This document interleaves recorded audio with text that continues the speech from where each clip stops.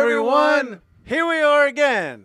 Sprankle Brothers podcast. Excited to be with you. Woo. Wait a minute. No. I'm excited to be with you. Let's go. Really excited to be with you today. Doug and Ryan, SprankleBros since 1986, the day that this guy entered the world. We became SprankleBros. We've been SprankleBros ever since. And in Sprankle's markets and Sprankle world, it's exciting times. It is fall.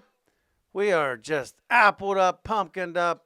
The new Halloween shirts. We're getting the roast out. Halloween shirts are out and are very exciting. Woo. Doug, take a spin around. Do a little twirl. There we go. Oh, whoa. Okay, yeah, that's all right. Almost lost my skull. I don't know if they saw it. Did they see the shirt? They saw the shirt. We're going to post it later, too. It'll be great. Okay, well, hey, if you're a fan of Sleepy Hollow and the Headless Horseman, we have just invented the Headless Butcher. So he didn't make it past the war, but having a lot of fun at Sprankles. Having a lot of fun. We love fall. We love football. We love Halloween. We love all the good stuff. So exciting times at Sprankles. And Sprankles Market is the sponsor today. So thanks to Sprankles for sponsoring. And thanks to all the crew out there and all the customers out there who help make it what it is every single day. And if you aren't a rewards member, become a rewards member. You will not regret it. Free item Friday every Friday. You get Throwback Thursday deals every week. Unbelievable deals from way back when you were a kid or somebody else was a kid or your grandfather was a kid. When somebody was a kid, the prices, that's the prices of Throwback Thursdays. Best prices in produce, best prices in meat. Just trust me. Go to Sprankles and become a rewards member, and you won't have to worry about where to shop for the rest of your life. Right now, though, we are excited. We're very excited because, Doug, what is happening at Sprankles next month? What's coming up? Ooh, are you talking about the big anniversary sale? Big anniversary sale. And we're adding another free item or food item the following week, which will be burgers, which is exciting about that. Free, because the giveaway, people love the free hot dogs. The additional points, all the giveaways, the digital coupons. Yeah. It's going to be insane. So make sure you check out Sprankles Market. But today, we have our friend Chris Camp, who just won the Chamber of Commerce for Butler County Entrepreneur Year Award, and I was happy to introduce him and give it to him. But he's going to tell us about his story. Super cool story. That's worth That's a lot of gonging. So he'll be on the show. Gongs. He'll be on the show here momentarily. That's a 22 gonger, Chris. That's the first time we've ever done 22 gongs. That's a lot of gongs. Well, you know what? The guy deserves it. He just No, the guy's a major solid. award. It was And it wasn't a leg lamp. I mean, we're talking about a major award. You know, Butler County's a huge when I was place. reading his history, it was really interesting because like the guy has a very similar history to our family, and the fact that he decided to break out on his own and do his thing and has been hustling and survived two major financial catastrophes in modern history, including the 2008 retail crisis, homeowners, the mortgage bust, and obviously COVID more recently. Wait, Chris, are you self-made? He can't talk yet. He's muted. I can't talk. He's like, is he self-made? Huh? He's self-made. Oh, yeah. Oh, that's another gong hit. He's a grinder. Self-made. I mean, don't get me wrong. I'm proud of what you and I have accomplished, and you well deserved that award last year. But you know, in the grand scheme of things, we were born on between first and second base. I never made it to first base, Ryan. So the fact that he's self-made, I mean, I give credit to anybody self-made. Agreed. So last week, a few weeks ago, we had our friend Mary from Butler County Farm Bureau's Women's Leadership Committee. She was on the show, talked a lot about farmers. You know, Ryan, what did you take away from that? And, you know, I think there's an opportunity out there for farmers, for business people. I think everybody still misses the mark on how important marketing is and what you do. That's just it. Every time I talk to a new business owner, a new business that I'm not familiar with, it's so funny. You hear all the details, and you hear all the things that they're dealing with, all the issues they're dealing with. You know, it could be very individual details, but at the same time, it all boils down to the same challenges. Whether it's Brandy talking about what's happening with Cliff Bar, which is, you know, international company, Mondelez, or you talk about Sprankles, or you talk about a family farm.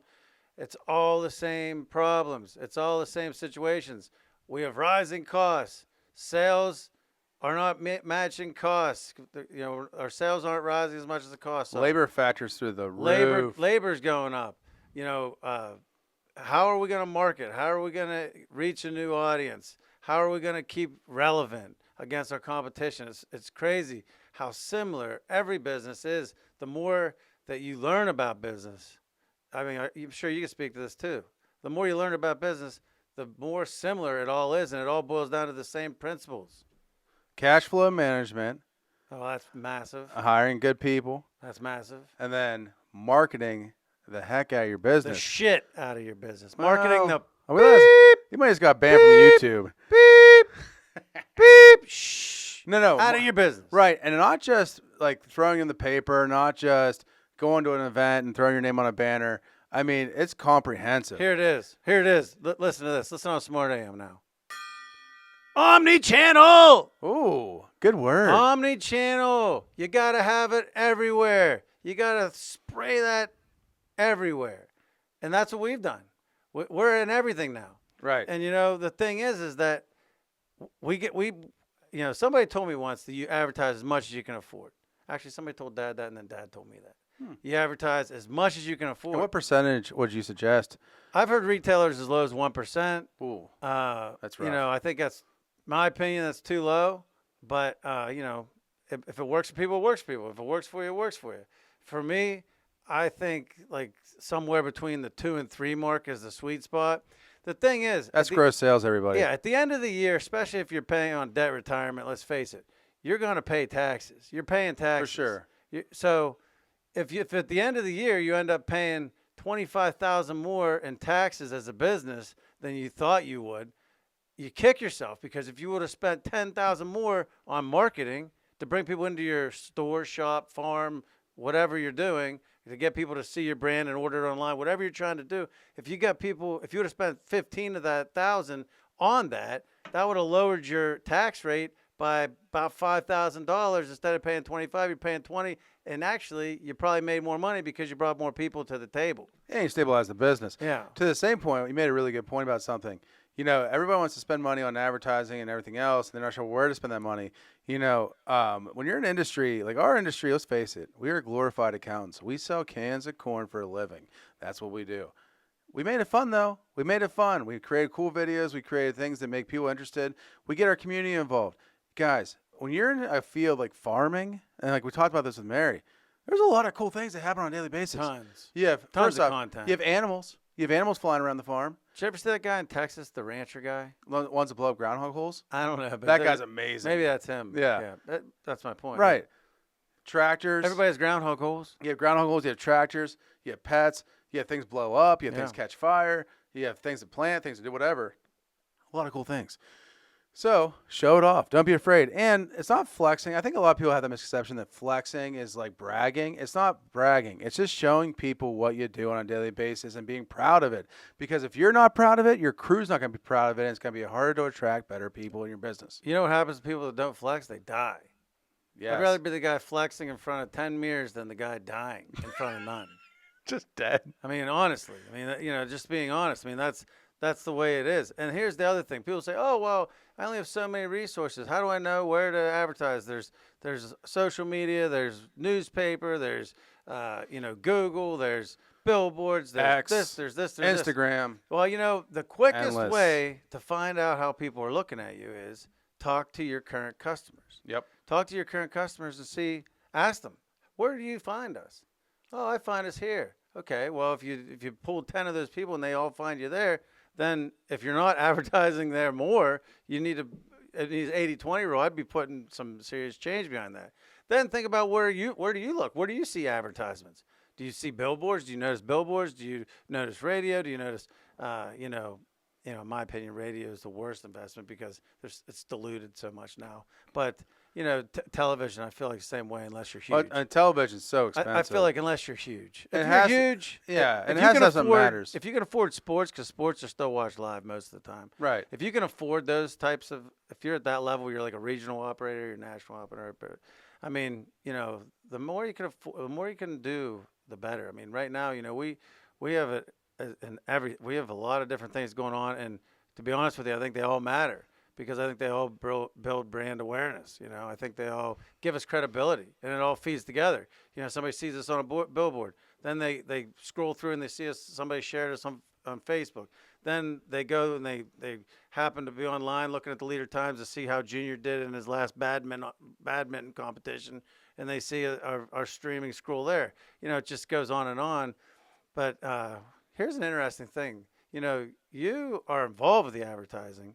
You're one of the actors, so to speak.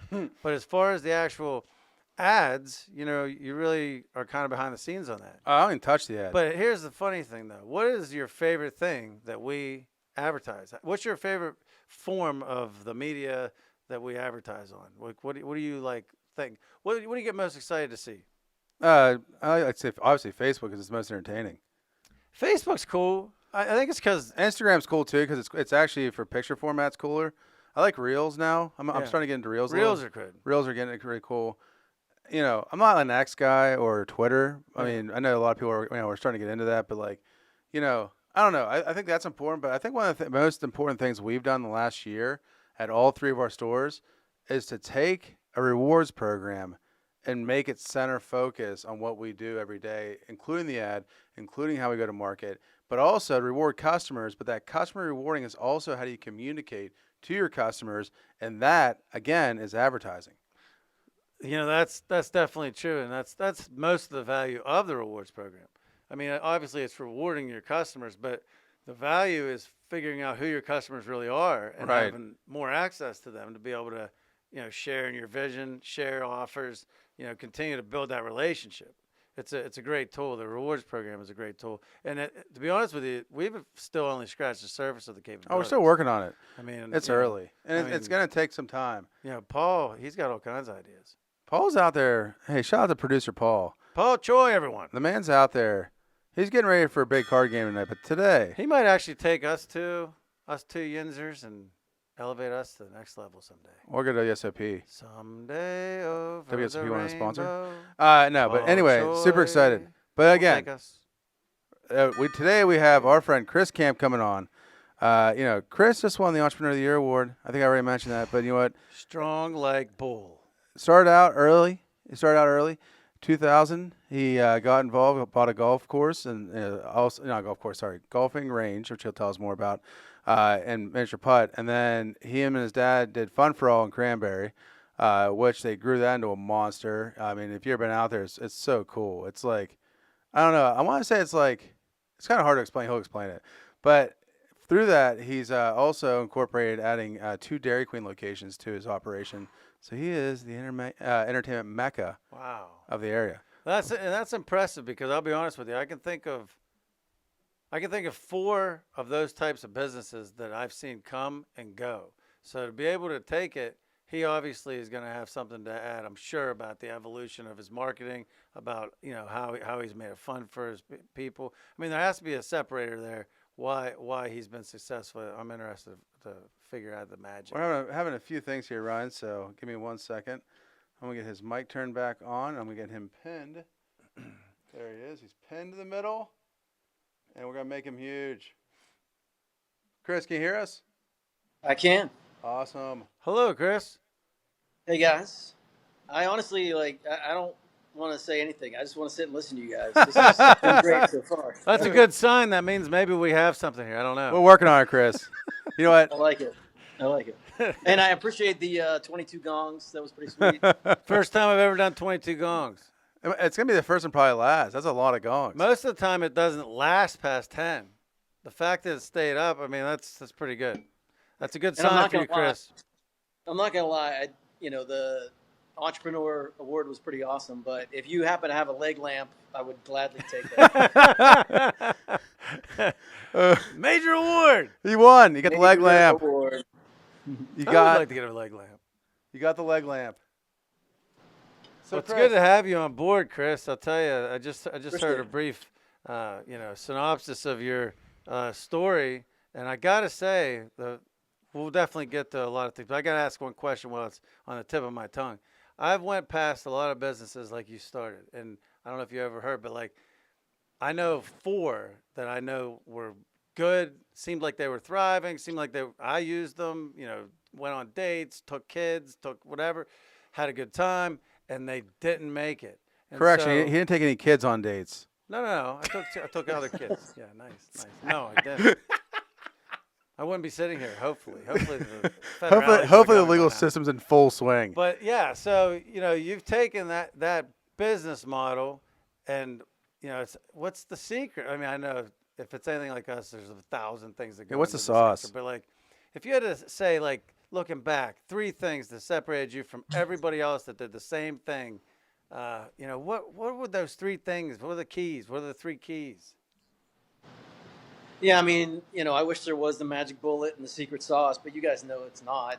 It's grinding it out. It's hard work. It's a team. Like you guys said, you gotta have the right people, and it is. You call it marketing, which yes, that's a part of it. We focus a lot on the community and giving back and getting involved and doing what we can to help, and we really segment a lot of our marketing towards that. Because then it's almost like a double win. You're helping somebody else out for whatever cause they're working on, and then it helps bring recognition and guests into your place. So it's definitely team is number one. There's no question about it. If you don't have the right people, you can't. You guys can't do this by yourself. I can't do this by myself. And you got to be involved. A lot of the places that have come and gone, they were original owners who kind of aged out and didn't want to do it anymore, and didn't have family that wanted to get involved, and some of them, they sold to companies who people didn't really understand business, and they're like, oh, I'll just hire some kid and he can run it and it'll be great. And they come in on a Saturday and see how busy you are, and they're like, oh, this is easy. But you guys know that's not the case. You got to be involved. You got to be a part of the business. Yeah. So again, I don't think there's any secret. I think it's just how you guys were saying. There's so many similarities across all different businesses, no matter what you're into. If you can get those things right, you'll be able to sustain. Well, you're right, and you hit it on the head with the community part of it. That's been such a huge factor for us, is the community part of it. And you're right. It's such a great way to put yourself out there, put your business out there, because like to your point, when you're helping somebody, you're always helping somebody. When you're helping somebody, you get the peace and the feel good of helping that person or that organization. But then at the same time, while you're doing that and while you have good intentions, I think that's the other thing. You got to have good intentions. People can smell a rat a mile away, but if you truly have good intentions, then it comes back. It's funny every time that Doug and I have struggled with that ask from the community, whatever it might be, whether a dollar amount of a sponsorship level, that whenever we're like on the fence of it, there's some relationships that just don't make sense for us, and we tell them that Right. this just isn't our spot. We hate to do that, but I mean, let's face it, you know how it is. You only have so much time, so many resources. But anytime we've been on the fence and stretched to make whatever happen, it's funny. It's like karma. It always comes back in some way, shape, or form. It's amazing. But the community of it, and then you build your community through the community, and like you said, it's the greatest win-win in the world. So for anybody out there that's not utilizing the people around you in the community as a resource for both doing good for the community and as a way to get your brand out there, you're missing. Because I'm glad you brought that up, because most of the people I know that are successful, whether it's local, whether it's regional, whether it's national, they've all built it around community. Varying degrees, obviously, but it's all about that. That's where it starts. You're right. Yeah, for sure. And like you said, you can smell when somebody's just trying to get their name out there, and that's we would never want to come across that way. We're always very genuine, and we build the relationships with the people that we work with in the community, so that they know we're here for them, and they appreciate that support, and then in turn, support your business as well. So. Nobody knows that more than Doug. I mean, honestly, Doug. I've lost the farm There's 3 people that times have a because lot of events. There's a lot of people with addiction problems in this world. If anything, I will say, like, if Doug has an addiction, it's community involvement, and I mean that in a good way. But at the same time, he has to reel it in sometimes. But because he'll have 5 community events scheduled after he's already worked 10 hours that day. The guy's. How about it? I mean, you can speak to it. You have to kind of rein it in. You might have an actual. I don't even think there's a definition for it, but whatever community involvement addiction is, you might have. I might have it. I think it comes down to, when you make so many business decisions, and Chris, you can obviously attest to this. When you make so many business decisions constantly, and you're always focused on profitability, efficiency, and is my dollars being spent correctly? When it gets down to the community service end of it, 90% of my time, I'm like, what makes the most sense? Where's the justice in this decision? And how is this going to have the most impact? And 99 times out of 100, it's not a great financial decision. Hey, Not on paper, no. No, and so if you have that service heart, that deep rooted sense of justice, and really what is the best for the community, you're going to make a lot of bad financial decisions that benefit the community but don't benefit your business. But at the end of the day, that builds the core value of your company. That builds the core value of what you do and how you go to market. So when you do make those business decisions, like they come easy. Like, putting K1 over there at the restaurant, that was easy. I mean, heck, I looked at the numbers, I looked at the build out, I looked at the rent, yada, yada, yada. I looked at the market, easy. Then when you're looking at, okay, well, I'm going to get out there and buy 100 footballs with my name on it so I can toss them out at home football games. That doesn't make any sense. But you know what? It's fun. It's fun. It's cool. It helps the football team. It helps the cheerleaders get recognition. Let's do it. Yeah. Yeah. I mean, honestly, and that's that's why we kind of yell and scream and get crazy, because between the community and between the social media, it creates like an element of fun too. I thought that's what you were gonna say when you're talking about all day you're like worrying about all the stuff like, oh my, there's a leak in the women's toilet. There's 2 cashiers called off today. My manager's, I had to pull her off the bridge 3 times. Like, oh man, the insurance quote came back 25% higher. Like, you get bombarded with all this stuff, and you're crunching, and you're trying to make it all make sense. And you're trying to say, okay, you're trying to get to a point where you can say, Ryan, it's okay, honey. Everything's gonna be okay. Like, that's what you're trying to do. You're struggling through the damn day, trying to take the hits, trying to justify, trying to get to that point where you're like, okay, we're going to be okay. And then while you're trying to do that, what gets you through it? Like looking forward to something. So I'm sure that's part of it for you, right? I mean, looking forward to that community engagement, looking forward to that kind of mental release where you're not thinking about. Oh, no, that's a huge part of it. It's like a win in that way too. It's like therapy. It's like group therapy, really. It is. No, but I think a key part of that too is the support you get from family and through your community. I mean, Chris, I was reading through your story. I mean, your wife has been, how many of years have you guys been together? 30. 30 Man. years. 30 years. Chris might get the record for most I mean, songs in she one. has to be 30 like the years. most supportive person. I mean, you went 30 from years is wild. 2 different businesses and, during some crazy times with the financial crisis of 2008 and 9 and obviously COVID. I mean, tell us about that and how important that is and how you go to market.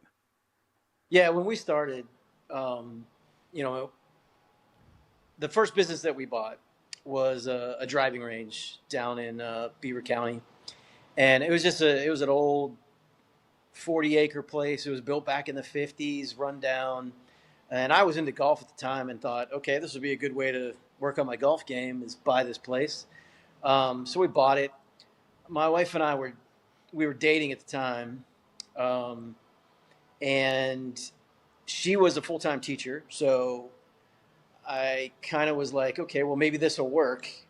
She's off in the summers when I'm going to be busy. I'll probably be slow in the winters when she's working, so maybe this will work.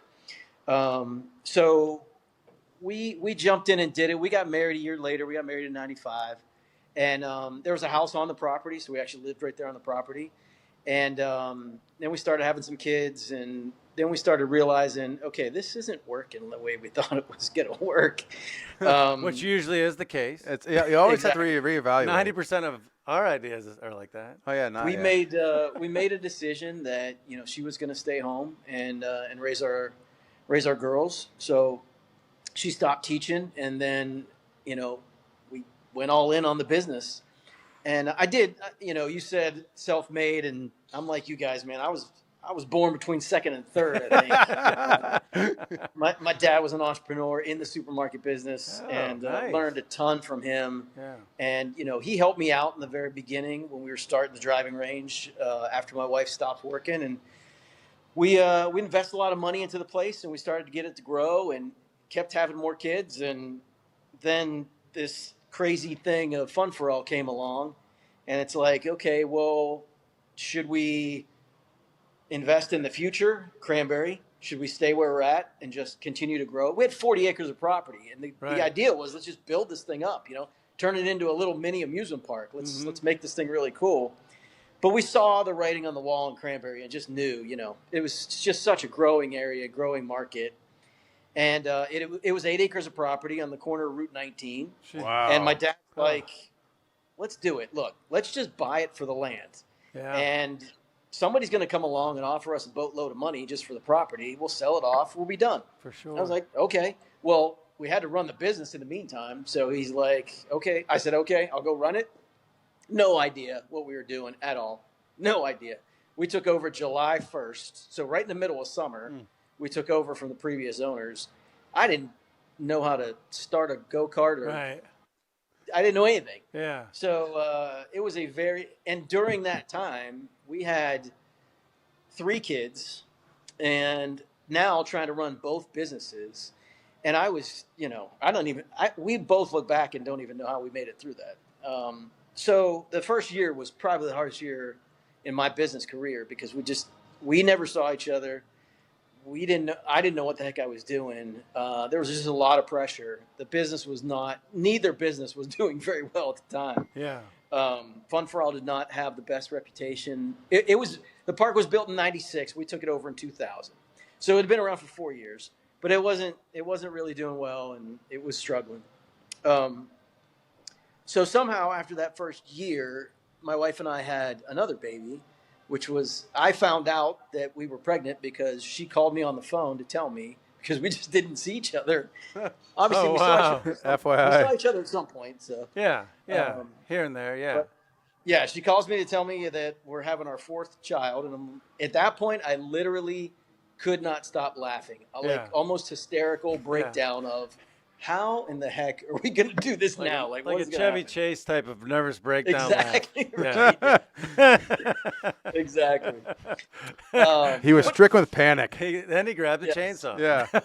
He's like, you know what? That's one more golf cart I need. All right, let's go to war. Oh my, you hit something there though that's definitely I want to talk about. Yeah. Pressure.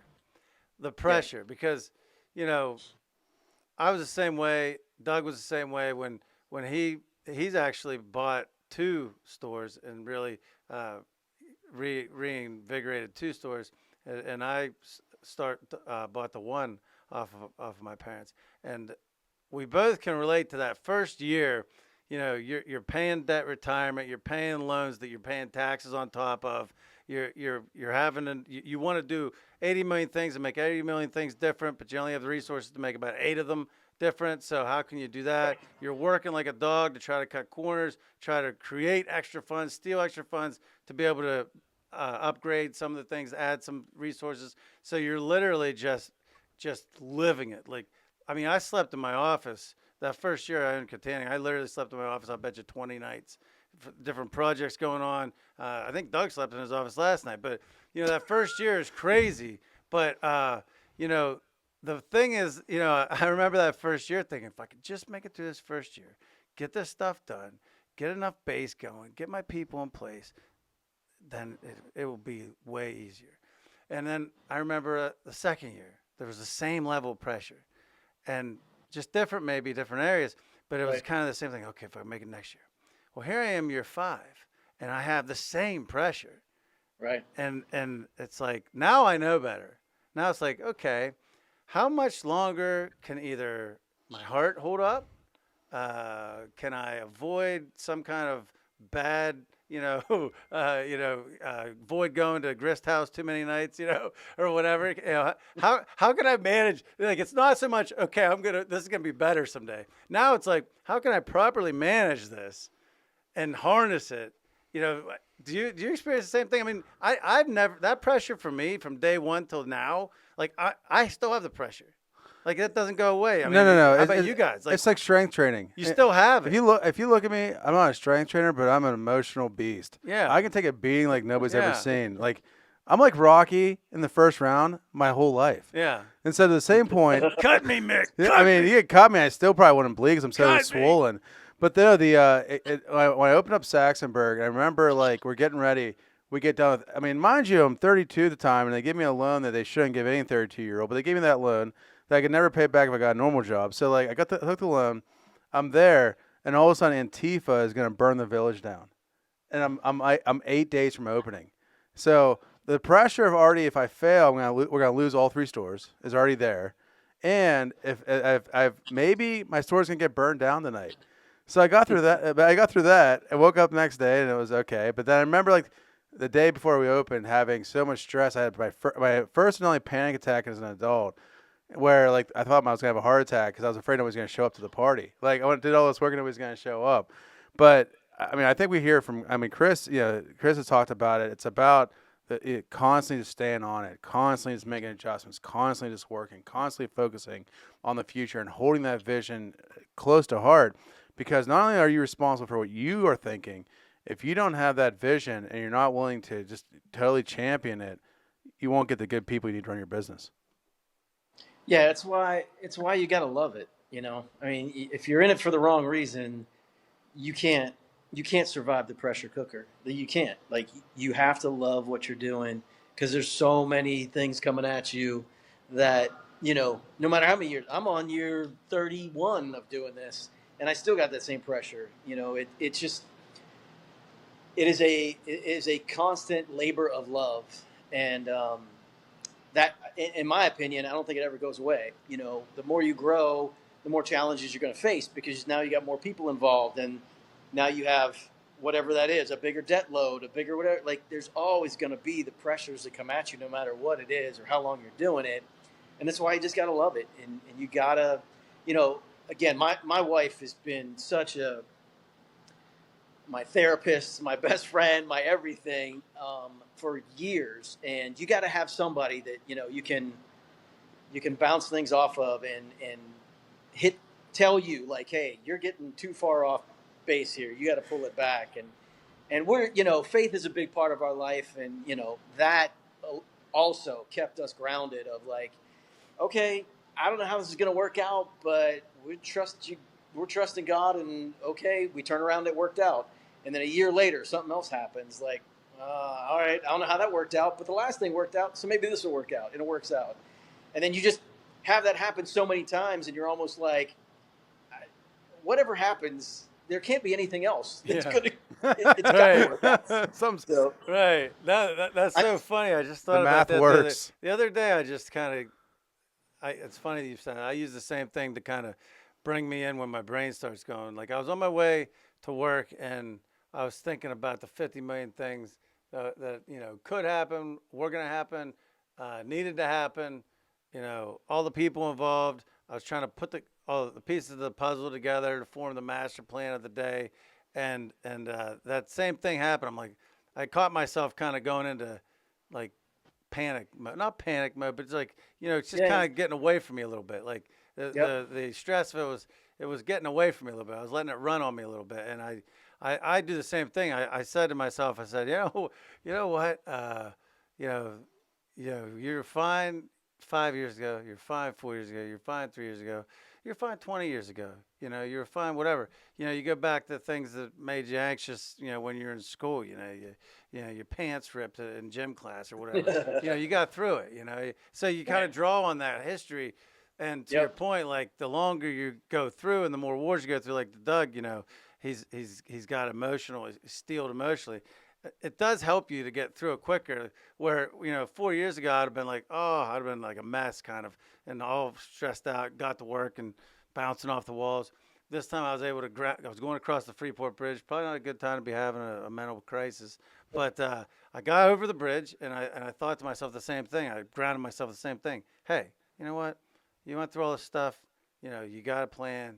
You're gonna get through it one step at a time, one brick at a time, and by the time I got to Leechburg, the delivery of what I was thinking was much better than what it was to myself. Hey, if we can talk about all this anxiety and mental breakdowns, I don't think anybody's going to want to get into business. Well, you got that bottle of hand sanitizer that's been fermenting for about 6 years. Yeah, how about that? So during COVID, you couldn't get hand sanitizer. So Faber Distilling out east I bought a truckload of alcohol-based hand sanitizer. We were like and bootleggers. sold it for cost. And like we basically just gave it It out. was but like bootlegging. it was like bootlegger. You went out there, you got a bunch of booze in a tarp, brought it back to out west, and we sold it in the hills. That's what happened. I wish I had it still. No, but also, I mean, Chris. Some of that stuff, I think you could distill it down and drink it. Oh, I mean, I'm looking at it right now. hey, you take the first shot. I'll do the second one. So Chris, to finish up, obviously you guys are getting ready for the big season. You know, you guys have a lot going on. You know, tell the people out there. I mean, you guys have so much going on. It's hard to keep track, but you know, obviously your Halloween events coming up, and obviously Christmas time.